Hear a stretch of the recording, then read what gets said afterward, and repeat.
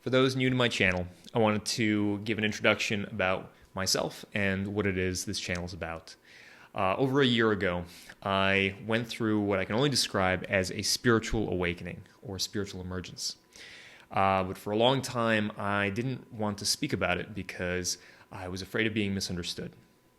Because the truth is, when you feel like you've had an enlightenment experience, or that you've connected with the heart of the universe, or with God, people think that you're either crazy, or you're lying, or they think that it must not have been authentic because you seem like still a human being with bills to pay and problems and all of that.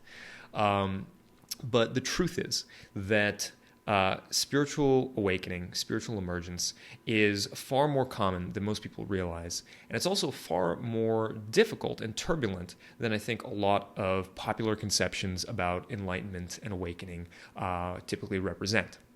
Awakening, what is it? Very simply, it is realizing our true nature. It is the sense that we are the cosmos and the cosmos is us. And when our mind and when our heart is open in this way, we become a channel through which the universe, through which source, whatever you want to call it, God, speaks and acts through us. And this union, this sense of merger with everything, is the central teaching of every mystical tradition. But truly believing and living this truth can both be immensely wonderful and also frightening and destabilizing. A spiritual emergence can be the most important event of your life, but if it becomes too intense or chaotic or happen too quickly, then it can lead to what Dr. Stanislav Grof called a spiritual emergency. And a spiritual emergency is, it is what it sounds like. It is a very intense opening that oftentimes destabilizes a person and makes it so that they have trouble functioning in the regular world. 3 people that I spoke with that went through a spiritual awakening ended up in the psych ward. Another person didn't end up in the psych ward, but had nightmarish, disillusionment, and as her ego unraveled over the course of many months. And Saeed Khan, who was a enlightenment and consciousness teacher that I spoke with early on in my own process, said that for the first year he had this immense period of clarity, after which he descended into an intense depression before finally being able to stabilize himself. So spiritual emergence can be immensely powerful. It can connect our hearts and our minds to other people and to the universe, and we may feel like we are Buddha, like we are Jesus Christ, and want to walk out into the streets barefoot and just heal whoever's in front of us. But at the very same time, or maybe before or after, or mixed in with all of this union and connection, is a sense of real instability that can show up. What makes things more difficult is that the mental health system primarily aims to create ego stability. It doesn't have any conception of ego transcendence. And so oftentimes therapists and psychiatrists will misdiagnose spiritual emergence with psychosis. And this is a common issue that Christina and Stanislav Grof talk about in their research about these spiritual emergencies. They say that many of the conditions that we currently diagnose as psychotic are actually difficult stages of radical personal transformation. And if we correctly understand and support this transformation, then these psychospiritual crises can result in deep emotional healing and remarkable psychological transformation. So when my process started, I began to seek out others that went through something similar to try and understand what it was that was happening to me. And I was also looking for techniques that would help me to stabilize and not go crazy, because that's what it sometimes felt like was happening, but also be able to stay in connection with the positive aspects of the emergence experience.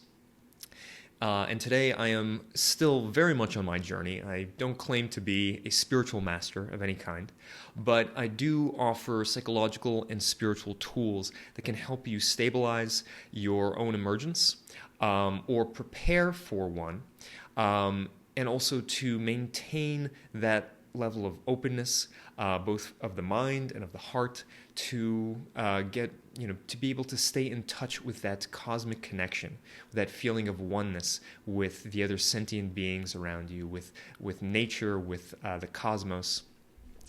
And to do this, I use a few different methods. The two primary ones are parts work, which is more psychological, and light work, which is more spiritual. And very briefly, the parts work is about taking our fragmented psyche, all these different parts of us, and making ourselves whole again. One of the things that happens with an emergence or an awakening experience is that the ego identity that we've used to navigate the world for years and maybe even decades starts to crack and come apart under the immense energies that are erupting when our true self starts to come up. And so parts work helps to bring a sense of unity, alignment, wholeness to our psyche with a lot of gratitude, a lot of love, a lot of permission, gaining the permission of different maybe fearful or angry or defensive parts of our psyche, so that they trust this process more, can relax, can let go, and let the process unfold naturally, which is ultimately what leads to the deep healing and the deep transformation, is letting this process unfold naturally. The second way of working, as I mentioned, is light work, and this is about really coming into presence, really coming into loving connection with another person that understands what spiritual awakening is and can help to remind us of the truth when we're forgetting it, and help to connect with us when this truth is coming through us. There's nothing more frustrating or more lonely than feeling like you are having these immense openings and nobody understands a word that you're saying. So there's parts work and then there's light work, and those two I use to work with people to create stability and healing and wholeness. After that, for those that would like to continue working with me, or that maybe have already achieved a stability, the question becomes, okay, how do we then take this light and spread it to others? And this is where awakened leadership comes in. And it's about how do we actually show up as present, as conscious actors in the world to affect, heal, and bring more light into the people and into the situations that we encounter. So if you're currently going through a spiritual emergence or an emergency, then this may be one of the most important periods of your life, but it can also be incredibly isolating and troubling. I help people to regain control of their lives, and at the same time maintain a sense of access to that deep connection, to that deep love, and wider expanded consciousness that these kinds of experiences can open up for people.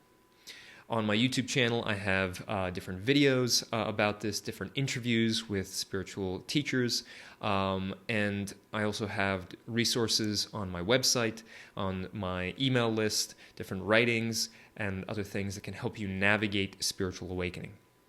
I can also connect you with other spiritual teachers that I have worked with and I trust.